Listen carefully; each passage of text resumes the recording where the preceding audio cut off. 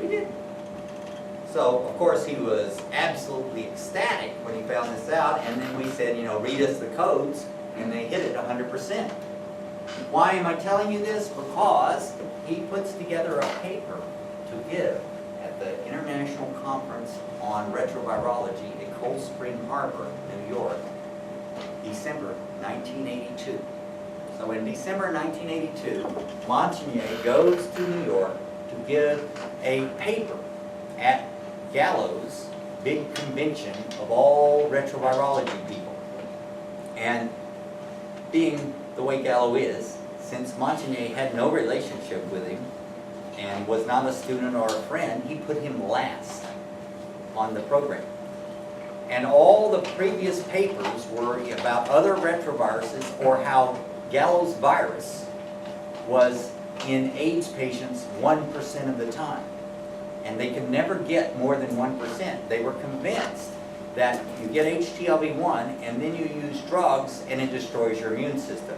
But they never got more than 1% of the GRID patients being positive for HTLV1. He was getting very frustrated. But he was convinced it was his virus that causes the disease.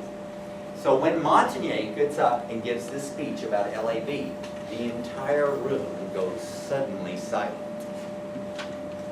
Everyone's in complete shock. And Gallo goes to the microphone and reams them a new one. Are you crazy?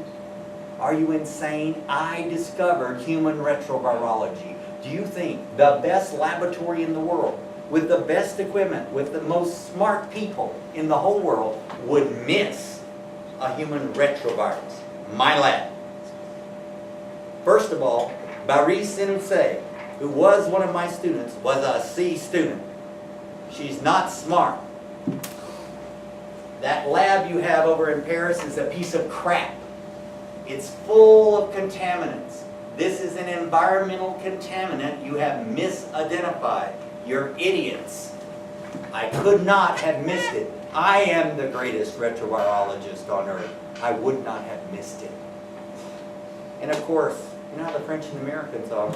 You know, they were the first people to come in our revolution and help us, yet how well do we get along with the French? Not well at all. You know why? Why do we not get along with the French well? We're just alike. We both are arrogant people who think we have the answer for the rest of all of the world. We know the way to do it. And if you do it our way, it'll be fine. Well, that's what they think. And so we have never, you know, it's like two kids with the same personality. They do not get along. So when Gallo is reaming Montagnier, Montagnier tells him, shove it. And he storms off the stage and he says, I withdraw my paper. And he storms out the hall, and just before he leaves the room, Gallo goes back to the podium and says, stop! We can't act like children. This is a world crisis. We have to work together. I don't believe you have discovered anything. However, you have some evidence that needs to be checked out. I will send my very best student with you back to Paris to clean up that nasty hellhole of a lab you've got with all the contamination. And I will have them check your procedures, which I know are false. And you leave your virus and your photograph of it here, and I'll take it to my lab and we'll check it out. However, I know it's crap. However, you could have something. And so we will work together, and every Friday we'll have a conference call and update each other on their research. And Montagnier thought, oh, this is wonderful. The greatest retrovirologist on earth is going to confirm my discovery. And so he does it. And he waits. No Friday calls ever come in. Nothing comes in. So back at the CDC, we are running ELISAs on all 3,000 bloods, and they're coming out 98% positive. So we then run another test that's even better than ELISA called radioimmune precipitation test, where you radioactively label the virus. So when the antibody sticks to it and you wash it off, you can read it with radioactivity. And it comes out 99.8% positive to LAB. And we are putting together this omnibus paper to submit to the journals. When we get a telephone call, turn on the television. There's about to be an announcement from Washington. Turn on the television, and there it comes on. I'll never forget it. We interrupt As the World Turns to bring you the Secretary of Health and Human Services, Margaret Heckler. Now, Margaret Heckler, she's a nice lady, but she's dumb. She's a real estate agent. She was Secretary of Health and Human Services because she donated a lot of money to Ronald Reagan, and they needed a woman in the cabinet. So he made her Secretary of Health. She knew nothing about science. So she comes on and she says, the eminent Dr. Gallo, who had of the National Cancer Institute, who was the discoverer of the first human cancer virus, announced today he has discovered the causative agent of GRID. And I don't understand everything he's about to say, so I'm going to have Dr. Gallo present this to you. So Gallo comes up and he says, I've discovered a novel new human retrovirus in the same family as my other two. You do remember I discovered the very first two, not one, two human retroviruses. And I've named my new one after my other two.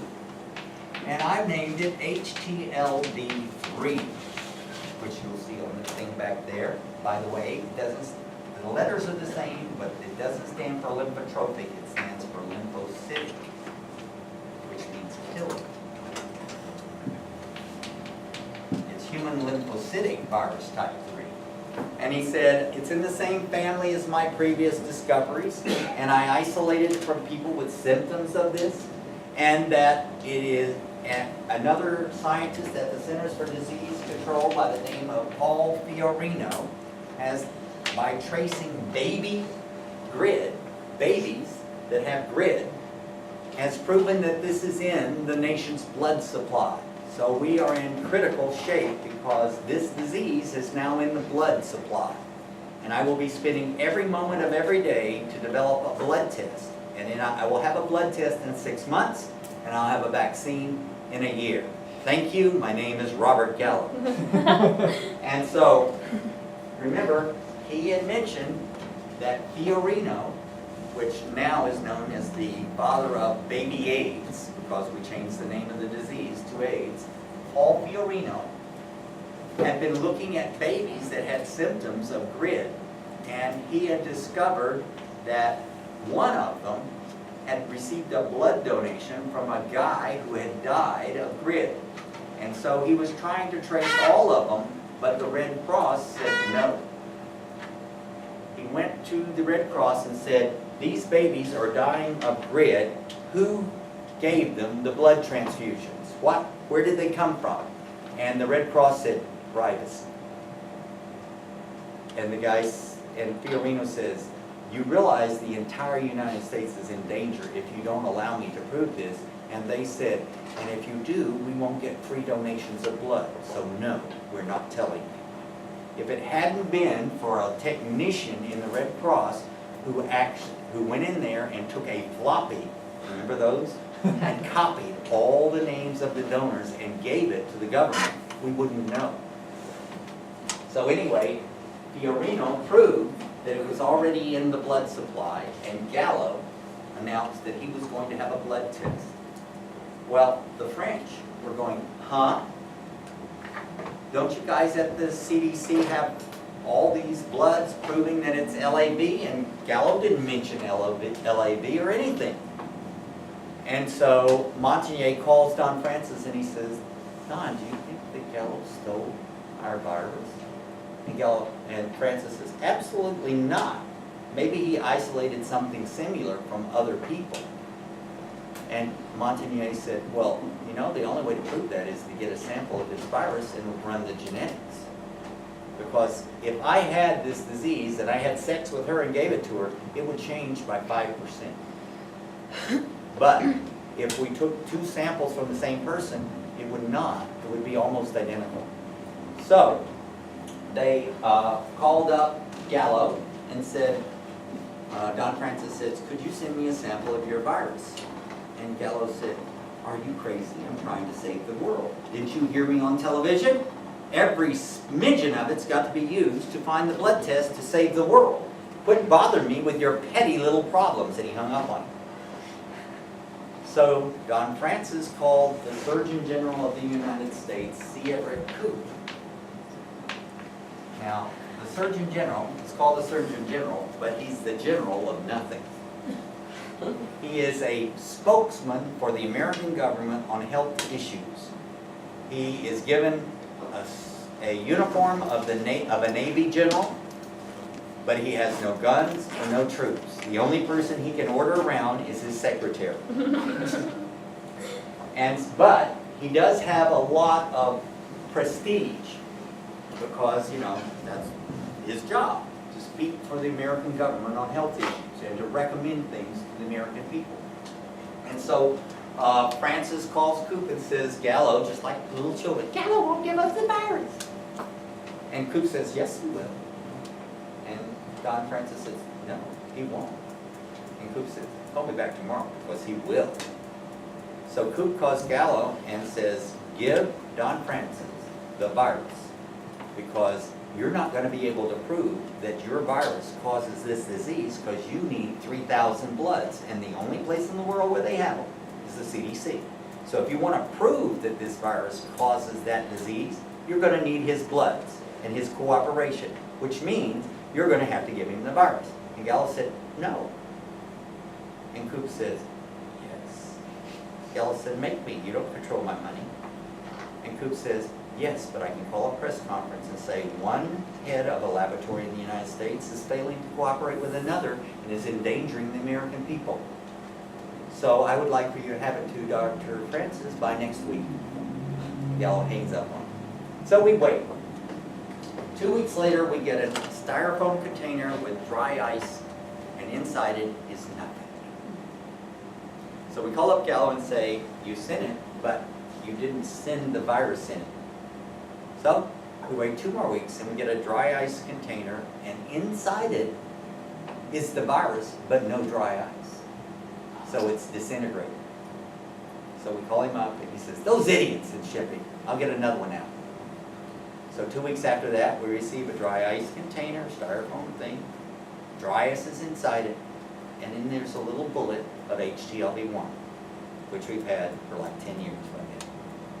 So Don Francis calls my boss, Jane Getchell. You see her. She's the ugliest woman on earth. She's 6'4". Barely got 1 ounce of fat on her whole body. It looks like this. She's my very best friend, but don't tell her I told you how ugly she was. But you can verify it by looking at her right there. She's useless. She was the boss of the production laboratory where I was producing LAV at the time. And he calls her up and he says, Jane, come down here and bring your Gucci purse. You see, in those days, we shipped live deadly viruses on airplanes. We labeled them biological samples, botanical samples, plant samples. We didn't put deadly virus may kill everyone on Earth, because pilots see the manifest of the cargo and they can reject anything they want. So we don't put deadly virus, we put plant samples. But if we want to trace custody, legal custody, you have to send a person. So he sent Jane Getchell with a Gucci purse that's built around a small dry ice container. And she goes to Maryland, and she walks into Gallo's office, and he says, who are you? And she said, Dr. Jane Getchell, MD, PhD, DRPH. 3 doctorates. Wow. And he said, so what? And she said, I'm here from the CDC to get HTLV3, which you can't seem to ship with your doctorate. And he slaps down a 20-page legal agreement that says, you don't get it till you sign this. And it says, by signing this and accepting this virus, I do acknowledge the sole and only discoverer of this virus is Dr. Robert Gallo, that I will not do anything with this virus without the prior written permission of Dr. Robert Gallo. Under no circumstances will I look at the genetics of this virus without written permission of Dr. Robert Gallo, that any discoveries made that bring profits will belong to Dr. Robert Gallo, and any paper written, the first author, will be Dr. Robert Gallo. And she says, I can't sign this. It means you give it to me, but I can't do anything without your permission. He said, don't sign it, don't get it. So she calls up Don Francis, and I'm sitting there, and this is the reason I told you she's so ugly. Because he says, Jane, he just cuts her right off. He says, Jane, listen to me, real careful. Don't come back to Atlanta unless you come back with that virus. I don't care what you have to do to Dr. Gallo to get it. You get that virus, and you get back here tomorrow. And if you don't get the virus, don't come back. You won't have a job. So she comes back in the next day, and she has 7 samples. And I'm sitting there wondering, what in the world are they going to do? And so she walks in, she says, I've got 7 samples done, blah, blah, blah. And so Don Francis said, Don Hicks, take 2, get upstairs. I want you to make as much of that as possible. Ramp up the production for it. He says to Jane, take 3 and log them in downstairs in the virus repository, where we can prove legal custody of every step from Gallo to us, because there's going to be a lawsuit. And then he says, take the last sample and give it to Srini Basan. Srini, get in there, and I want you to do the genetics and compare it to LAB. So Jane goes, Don, you can't do that. I signed an agreement we would not look at the genetics of this. And he said, Jane, how does the U.S. government sue the U.S. government? You can't sue yourself. One laboratory suing the other can't. So they did it, and at the first international conference on AIDS, Don Francis made an enemy for life, which you will also see on the video. Gallo still calls him up in the middle of the night every once in a while and says, if it's the last thing I ever do, I will destroy you. Yeah, it's a complete psycho. Anyway, Don Francis gives this big presentation. On one side he has a diagram of the genome of LAB. On the other one he has HTLV3. And at the end of it, he says, in summary, they are 98.98% the same. And the press is out there and they go, we don't understand. What are you saying? Are you saying Gallo stole it? He says, no, I'm not saying that. I'm saying these 2 samples came from the same person. And the French can say, there's Bruce, he's still alive. Go get it again if you want to. They say they got it from him and he's still alive. And he's never been to the United States. So why don't you ask Mr. Gallo where he got his? So they went and asked him, and Gallo said he got his blood from 13 anonymous gay men in New York City that donated blood. He mixed it all together and threw it on white blood cells, and out popped HTLV3. Funny, all his guys were anonymous. And when do you take 13 variables and mix them together? No one does that. So, anyway, that was a big controversy, and the reason I bring it up is because to this day, the French and the Americans are still at war over this. And when the Americans give a talk on HIV/AIDS, the French heckle and throw things and walk out, and the same thing happens when the Americans give it the opposite. And they estimate now that 30% of all the money spent on AIDS research has been wasted because they're duplicating each other's experiments, because neither one will tell the other one what they're doing. Wow. So like $28 million was wasted just because each one of them paid for sequencing the same thing. So here's the really strange thing. The Chicago Tribune wanted to find out, did Gallo really steal it? So they did a Freedom of Information Act, remember it's a government agency, on Gallo's lab. And they got his lab record book, and they got the first draft of the paper, because he puts out a paper in Science. And when the paper from Science is published, Montagnier gets it, and he knows he's been robbed. You know why? Gallo didn't have the decency to take another picture. He used the exact same micrograph that Montagnier left with him for his paper. And Montagnier says, how come you use my picture on your paper if you say you got yours separately? And Gallo says, oh, it was just a mistaken publish.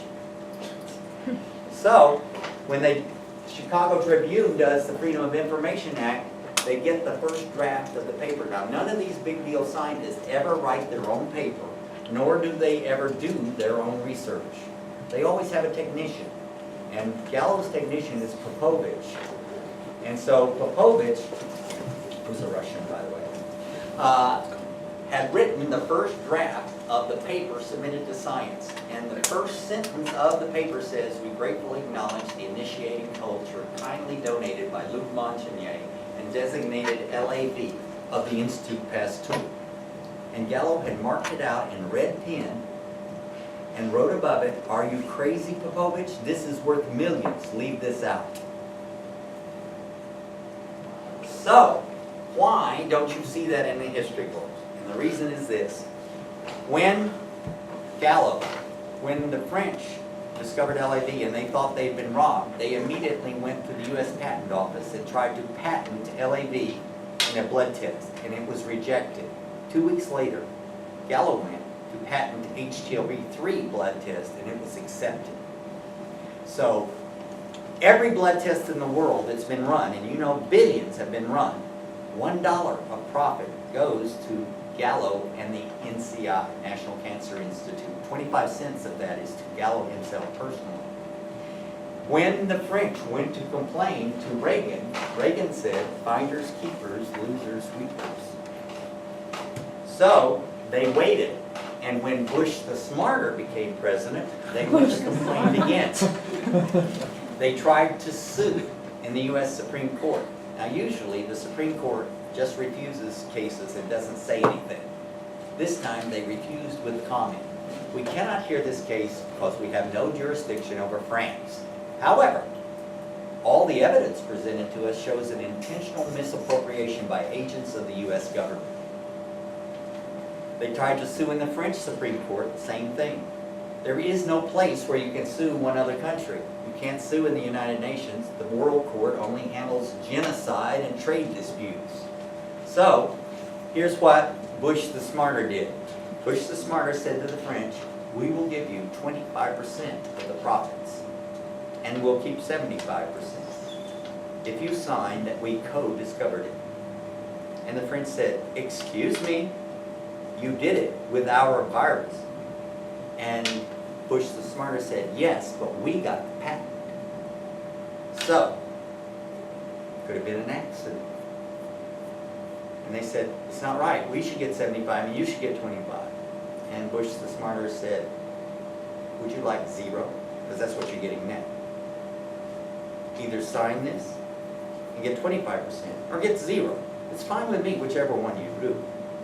The reason I'm telling you this is the American legal system. If you ever say, I am guilty, you can never take it back. In the American legal system, once you sign that piece of paper, it's done. The only thing that will reverse it is a presidential pardon, and even then, first of all, you won't get one, and secondly, it still won't come off being written. You can never reverse it if you admit. So if somebody says, I saw you beating your children, and the police come by and say, did you beat your children? You say, no, I didn't beat my children. They said, well, we're taking them to Health and Human Services unless you sign this paper and say you never did it again. Don't sign it if you didn't do it. You can never take it back in our legal system. And the French signed. So, when Clinton became president, they went back and said, we got screwed. And Clinton says, damn, you did get screwed. Woo! That must have hurt. And then he said, the French said, we should get 75 and you should get 25. And Clinton says, well, that sounds about right. And I'll give it to my Attorney General. And the Attorney General says, co means co. And so the most they can ever get is 50%. That's what co-discoverer means. You signed it. It can never be taken back. So you do a Google search. You look on the newspapers. It will say that Gallo and the French co-discovered it, even though the French published a paper in 1983 and Gallo didn't do it till 1985. In the history books, it will always say they co-discovered it. Only people that were there will know that the Americans stole it from the French, and then they got screwed over by the patent law. So anyway, who discovered the disease? How? The disease. French. No, the disease. Oh, Gottlieb. Who discovered the microbe that causes the disease? Two people got the Nobel Prize. Montagnier and Barré-Sinousset is who got it. They got the Nobel Prize because everybody knows that they got robbed of it. But officially, who co-discovered it? yeah. Gallo and Montagnier. Gallo and Montagnier officially co-discovered it by treaty. But by reality, it's Montagnier and Barré-Sinousset. Yeah. Wait, sorry, can you repeat who Yeah, who were the yeah, two so- people that won the Nobel Okay. Prize? The people that won the Nobel Prize was Montagnier, Luc Montagnier, who was head of retrovirology at Institut Pasteur, and Barré-Sinousset, Barré-Sinousisse. It's in the notes, just look. Okay, Barré-Sinousset and Luc Montagnier got the 2007 Nobel Prize for the first discovery of LAV. All right, so we've gone through the history here, and so we'll just fly back just a little bit and go through the last little thing. You can see how many people in the world in 2008 were infected with the virus. And you'll notice that there is a huge number in sub-Saharan Africa, right now up to 60 million there, because that's where it came from. But why are there so many in Eastern Europe? Anybody have an idea of why so many in the former Soviet Union and the satellites of the Soviet Union? Because they have the drug problems? IV drug problem, and there was not a tradition in many Soviet hospitals and Eastern European hospitals of sterilizing needles. They reused needles. Plus, in Bulgaria, and the... No, it's... Which one had Ceausescu as dictator? Romania. In Romania, they have the most infected most infected of all of Europe is Romania. And the reason is that there was a tradition, remember under Ceausescu, he wanted more Romanians. And he outlawed birth control, the communist dictator of Romania. And so all of these, lots and lots of babies were born. And then when the babies were born, it was a tradition in that country to give them a transfusion of strong blood of the Romanian people, you know. And so they gave untested blood to babies. So there are orphanages in Romania right now with hundreds and hundreds of HIV-positive children in them from this mistake that was made because they didn't allow birth control and every baby got untested blood at birth. So they have huge numbers there. In the rest of Eastern Europe, it was IV drug use and reuse of non-sterile needles that was common during the Soviet times. All right, so the next controversy, it seems like the AIDS is always in controversy, and it is. The next controversy is, how did this disease get into man, and when did we stop calling it bread? So, by 1985, there was a blood test. Gallo had developed the blood test, and they were testing the blood, and they found, of course, that this disease was in it, and Fiorino had proven it was in the blood supply, and so they called a blood bank conference at the CDC. And the blood bank conference got together Red Cross and all the other blood banks, and Don Francis stood up and said, okay, the blood test is not approved yet. Remember, it hadn't come out yet. It's 1983, 1984. 1985 is when Gallo got the blood test. The blood test is not out, but we know it's in the blood supply because of Fiorino's tracing of the blood donors of baby victims. And he said, so my idea is this.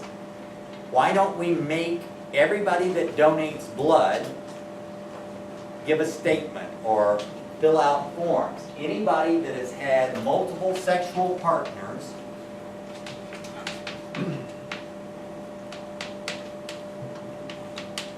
anyone that has had a STD and anyone that is a sex worker, that's a nice way to put it. All of those people be asked to self-withhold. You know, like, remember when, what's his name, Romney was running out, they're going to self-exclude themselves, illegal aliens, you know, trying to leave the country, so they were going to immigrate or whatever it was. Well, he said all of these people, when they go to donate blood, let's just have a little checkbox and have them put on check if they've had multiple sexual partners in the last year, if they've had an STD in the last year, or if they're a sex worker, and then they can donate blood, but we will throw it away. Because you remember, lots of times there's a lot of pressure to donate blood. I remember we used to have things where we would have blood drives where the biology department would go against the chemistry department to see who could collect more blood from their students and teachers. And what if you know you're a ho-ho? You know, and here you are being pressured by your boss to beat the chemistry department by donating blood. You're going to go and donate blood even though you know you might be giving someone a disease. So this is called self-exclusion. So they go ahead and take the blood. They don't treat you like any different than anyone else. They still get your cookie and orange juice afterward. But there's a little checkbox on your paperwork that says, please throw this out because I meet one of these criteria. And what do you think the blood banks voted? No.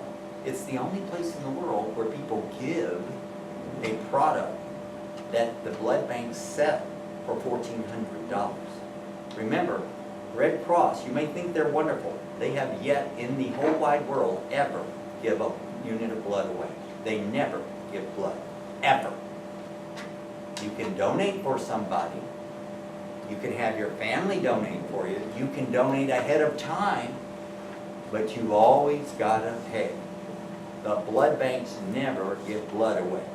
And they name another place in the world where you give them something they sell for such a huge amount of money.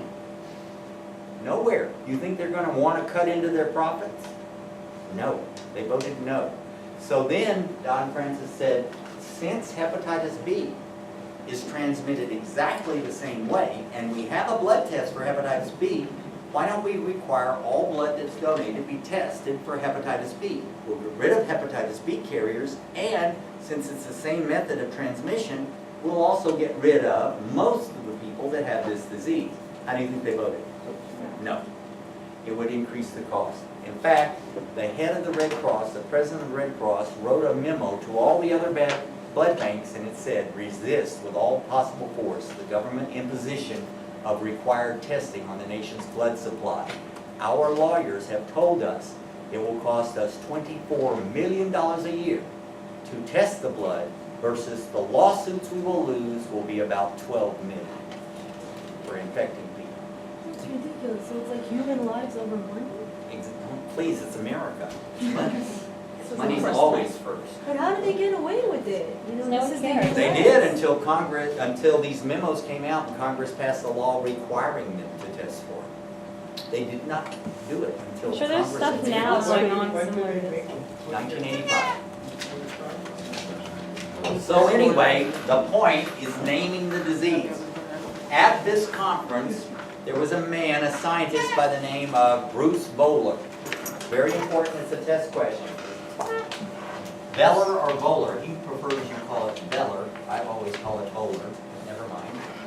Bruce Veller was a fellow, that's a very high-level scientist at the Rockefeller Institute of Research in New York City. He's also was the first head of the National Gay Task Force, and he was also head of the Mariposa Research Foundation for Retrovirology. And Bruce Bowler said, we are trying to trace the cause and the people that have passed on this disease. And I have a man in Salt Lake City who's 75 years old. And I went in and told him and his family he has gay-related immune deficiency disease, and they threw me out of the hospital. and I went to Miami, and I was talking to a Haitian woman and told her that her newborn baby had gay-related immune deficiency disease, and she asked me, how can my baby be gay? He said, the name of this disease is blocking research. It is misinforming people.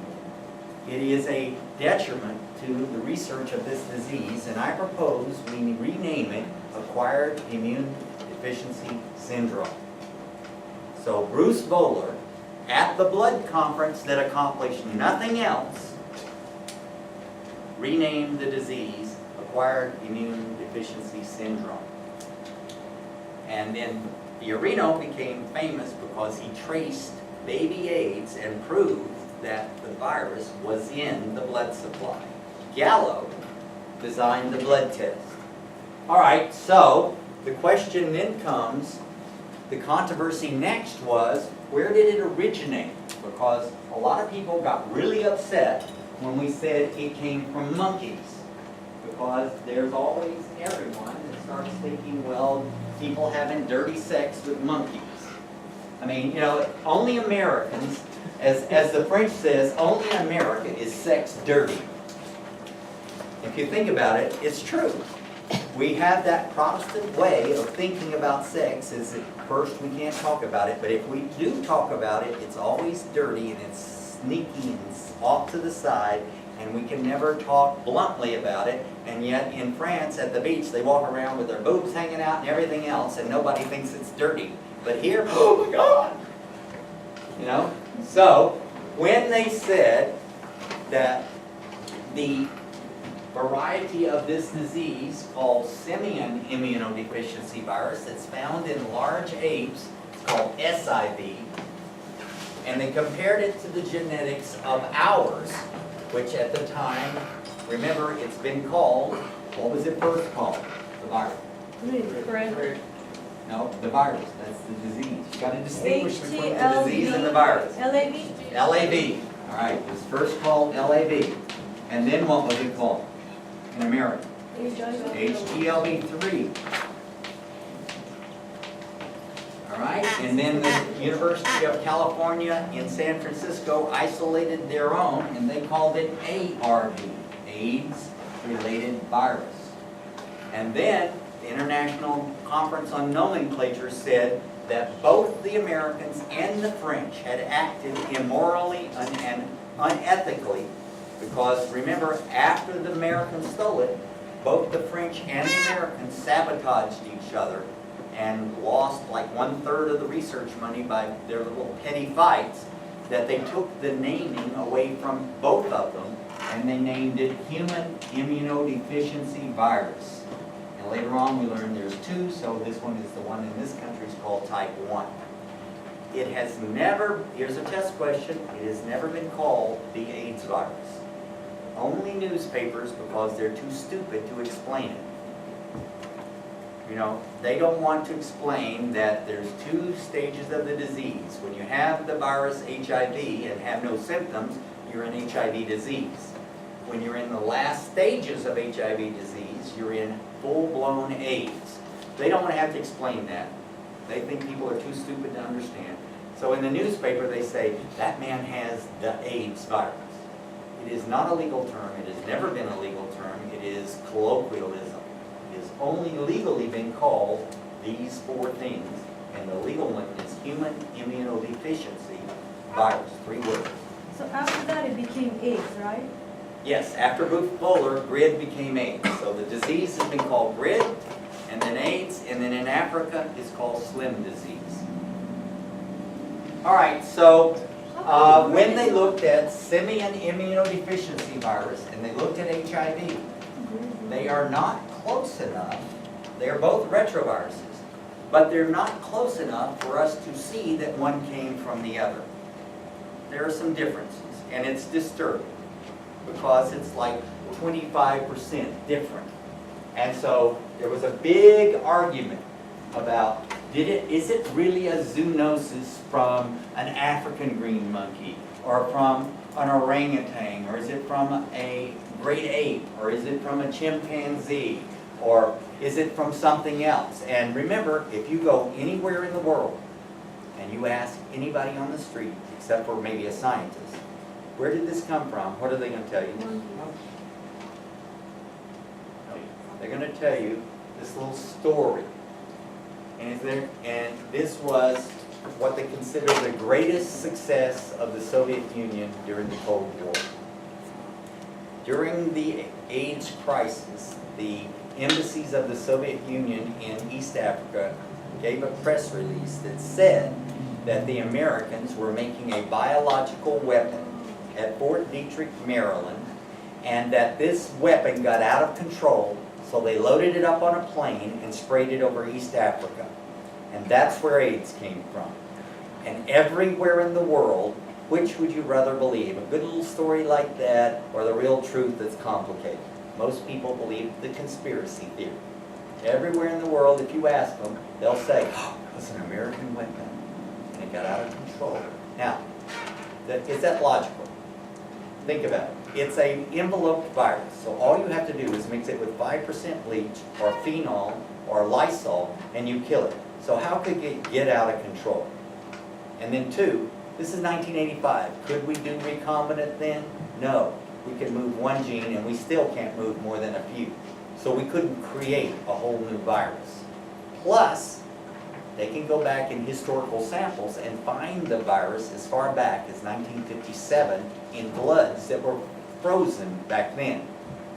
But people prefer to believe this. Now think about it. How many people would you have to kill after they loaded it up on a plane, flew it to Africa, and sprayed it out over Africa? Because you'd have to keep it quiet. You think one of those people would tell? Of course they'd tell. So you'd have to kill a lot of people to do that. And then think of it, where's that plane? And spraying it in the air, is that going to give it to somebody? No. So every part of the story is ludicrous, but people believe it. And it's the conspiracy theories. So anyway, the virus did come from AIDS, and this is called the Soviet Misinformation Campaign. And then a man by the name of Duesenberg is what White Job next door believes. And Duesenberg says that this is an environmental contaminant. HIV is a normal environmental contaminant that is harmless. And that what kills people is a bad lifestyle combining with drug use. That drug abuse plus repeated sexually transmitted diseases and a bad nutrition causes the destruction of an immune system, and that there is no need to use condoms because HIV doesn't cause this disease. It's just a normal environmental contaminant that a lot of people happen to have. And that if you do have HIV and you take the drugs, it's the drugs that are killing you, so you shouldn't take the drugs. And this guy is a Nobel Prize winner. His name is Duesenberg, and he's from the Bay Area, and he's all over. He's the most famous AIDS denialist. The funny thing is, he has his Nobel Prize in economics, not in science, not in real science.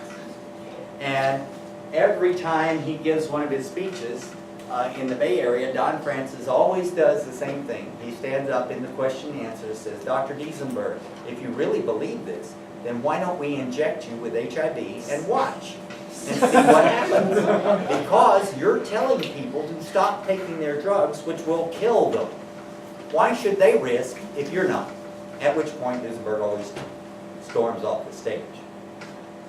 So remember, Duesenberg believes that this is that HIV is harmless, and that you don't need to take precautions, and that the drug companies are killing you. And then the next idea that came out was a man, and this one was really good. A man that said, well, you know, the first polio vaccine was made in rhesus monkey cells. And those were rhesus monkeys from East Africa. And what if the first polio vaccines that were given were contaminated with this virus, HIV? And so, while at the same time we were giving people their polio shots for a while, we were also infecting them. And that's how so many people got it so suddenly. Well, it's not a terribly wild idea, and it's easily provable and disprovable, because when you're doing research, you freeze back samples of every step of when you're making a vaccine. So they went and DNA probed all of these samples of the early vaccines, and they found no HIV. But here's something funny. They did find SV40. Simian virus 40 was in the first polio vaccine, and that's a cancer virus. Maybe that's why cancer suddenly became so much larger than it did. But anyway, there was no HIV in it. But it was a very, very good idea. It was by Hooper, and his book was The River, the Source of HIV. All right, so what is the evidence we have? We have a man in the Congo who died in 1959 of symptoms that were reported, remember we weren't there, to be the same as what we now call AIDS. And he was a rich guy, and so they took him immediately to England and treated him with everything they had, and he still died, but because the English had no idea what he died of, they froze back his tissues. And so once we had the virus, they did probes of it, and they found it was HIV-1. So we do know that he had it in 1959, long before we first saw the first one. Then my job, when I was at the CDC, is once we developed the blood test, my job was to go back and those miles and miles of liquid nitrogen samples of blood taken from every outbreak of every illness in the world since 1901, my job was to test every sample to see what the earliest samples we could get that had HIV in them. And what we found was there was one in 1905, one, and it was from a place in what we now call South Sudan. And then in 1976, there was an outbreak of Lassa fever in Nigeria. So we went and bled several thousand people there, and I went back and took those samples back out in 1985 and retested them, and we found 5% of them were positive. So we know it was circulating quietly, low level, in 1976. And there was one woman who was a prostitute from Kinshasa, and her designation was H3761976. And so I took her blood and I put it on white blood cells because it was so positive on the blood test. I just wanted to see if we could get a live virus. And we got it, and it was designated HZ321. That was her designation, 321, 1976. So this is the oldest live sample of HIV, and it was taken in 1976 from a lady that eventually died of AIDS, and she was a prostitute in Kinshasa, Zaire. So this is the oldest living sample that we have. This one we could probe his tissues and find it, but we couldn't get a living sample of it. So still, none of those match anything with a monkey. And so a man by the name of Hahn at the University of Alabama, Birmingham, he went and bled every wild animal he could get his hands on in all of East Africa. And then they went back and they looked to see if they had SIV, simian immunodeficiency virus, which, by the way, doesn't kill monkeys quickly. The monkeys hardly ever die of SIV. They can pass it through sex and by fighting and getting all bloody, but they don't seem to die. If you take SIV and put it in a Filipino monkey, it will kill it in 3 days. Why? The African monkey evolved with it, and it's learned an accommodation. Filipino monkey has never seen it. So it's kind of interesting. Anyway, what we discovered was he found a subspecies of chimpanzee in Cameroon that has exactly 98% the same as our HIV-1 that's spread all over the United States. So now there is conclusive proof, published in 2004 in Nature, that the virus that is the HIV-1 that spread all over the United States, it was once it is a zoonosis from a subspecies of chimpanzee in the Cameroon. Now there are different varieties, and they adapt to how they're spread. And the one we have in this country, you'll love the name of it, BO. It's HIV-1BO. And the B stands for blood. It is much more easily spread blood to blood than sexual. And so, actually it's HIV-1MBO. And M is the one that spread worldwide, and that's most probably because of the, the buying of blood. And the one that we have is blood-to-blood better adapted. In other words, what we did was we looked at discordant couples. Anybody remember that? What's a discordant couple? It's one that has it, one hasn't. One has it, one doesn't. And remember, every hemophiliac in the United States that got blood products for hemophilia before 1986 is HIV positive. Why? The blood clotting product was made from hundreds of people's of donated blood. The blood banks were told all you have to do is heat it, but that would cost an extra $3, so they didn't. So every hemophiliac that got blood clotting factor before 1985, when Congress made them, has HIV. And so these men, many of them are married. And so we went to look at how many of their wives picked it up from them. And what we discovered was, even before they knew it, not many of the wives got it immediately. Most people think, if you have sex, unprotected sex with one person, you're going to get it. Well, with my luck, it'd probably be true.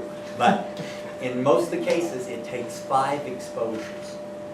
5 exposures. And of course, the person has to have a high viral load. So in these women, we discovered that using a diaphragm, using non-oxyl 9 as a spermicide, and different things like that seemed to interrupt it, and it wasn't perfectly transmitted by sex. However, just a wet needle will it perfectly transmit it. So, that just happens to be the strain in the United States is not perfectly transmitted by sex, which then leads us to the next question. What strain is? And if there is a strain that is in Thailand that is perfectly transmitted. And this one, anybody do the reading about it yet? Okay. Well, first of all, not today, but let's say 10 years ago, what's the #1 export of Thailand? No one will know. Sex. Yes. Thailand was famous for having sex vacations. Yeah. Sex vacations. And Europeans would go there, and you could call up ahead and say, I had an 11-year-old girl or a 9-year-old boy, and you could order what you want. And then you would come for your sex vacation. And prostitution is legal there. And so in the sex economy of Thailand, there developed a strain of HIV that is perfectly transmitted by one heterosexual act. And it's called HIV-1E. So, on the test, they're going to ask you, which one developed in the brothels of Thailand? And it is 100% one sex act, one unprotected sex act. We'll get it? And it's HIV-1E. So, anyway, let's see if there's anything. We already talked about why it spread around the world and all of that. So we've gotten past this and this. Let's talk about HIV #2. All right, so once the French had worked on HIV-1, which they named LAV, they went to their former colonies in West Africa and were trying to find out how many people were infected. And so when they got to their former colonies and they were using these HIV-1 tests, they found people that had symptoms of AIDS but tested negative on the HIV-1 blood test. And so a lady by the name of Brune Vizinet at the Institut Pasteur decided to see if she could isolate another strain of HIV. And she did, and she named it HIV number 2. Now, if you want to get tested for HIV number 2, you can't go to the free testing center. Like if you go to Out of the Closet, don't go to our college, they're really awful. But if you go to any of the other places that are supposed to give you free tests, they will be running an HIV-1 test on you. And the reason is, we have the patent for that. Do you think the French gave us permission to use HIV number 2? Do you think they gave us a sample? No. They didn't make the same mistake twice. So if you want to get an HIV-2 test, you have to either check into the hospital, because everyone in the United States, whenever you get admitted to a hospital, you know that 20-page admission form you signed with they made 400 copies of the same paper so you can hardly read the little. You give your permission to be tested for HIV 1 and 2 anonymously. Yeah. Do we have HIV too? What? What's the percent of incidence here Where? in LA? Or United Nobody. States. Nobody? There is no HIV 2 in the United States or Canada. We'll talk about why in just a second.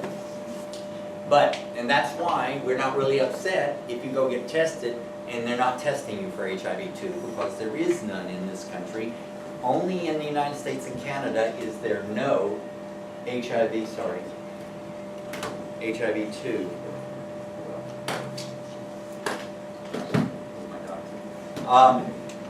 Anyway, and the reason for that is right after we came out with the HIV-1 blood test, they instituted what I was just about to tell you about, the Hospital Sentinel Prevention Program. You know what a sentinel, yeah, that is? No. It's a person who stands watch for the enemy to attack. Someone standing there with their gun, look out. That's a sentinel. Anyway, so the law is this. Every time anyone is admitted to a hospital in the United States, you are anonymously tested for both HIV-1 and HIV-2. Should you turn positive for 2, they will immediately contact Atlanta. Atlanta will send someone here to find out how you got it, who you got it from, and tell you that you're basically going to be watched. And please don't donate blood, don't have unprotected sex with people. And so the number of people that actually have it in the United States is well under 1,000. The only people that have ever gotten it in this country are people who had sex or were married or in East Africa or in Mexico or South America, because it's 1/3 of the cases everywhere else in the world are HIV-2. And some Angolan immigrants that immigrated here during the Angolan Civil War to Massachusetts that were fishermen, they brought it. But basically, there is no HIV number 2 in this country. If you want to get tested for it, however, you have to go to a private doctor. If you go to a private doctor, all of them use the Institut Pasteur kit, which tests you for both 1 and 2 at the same time. And so the problem is you don't want to go to a private doctor. You see, you do not want to get what they call, you want anonymous testing, not confidential testing. Does anybody know the difference between anonymous and confidential? Confidential means you know, the doctor knows, the doctor's office knows, the nurses know, but your records are private unless opened by a court. So basically you and only 10,000 other people know. And anonymous means no one knows but you, because you're given a secret number, and that number is never associated with your name. So if you go for anonymous testing, no one knows. And why do we care? Well, until next year, we care.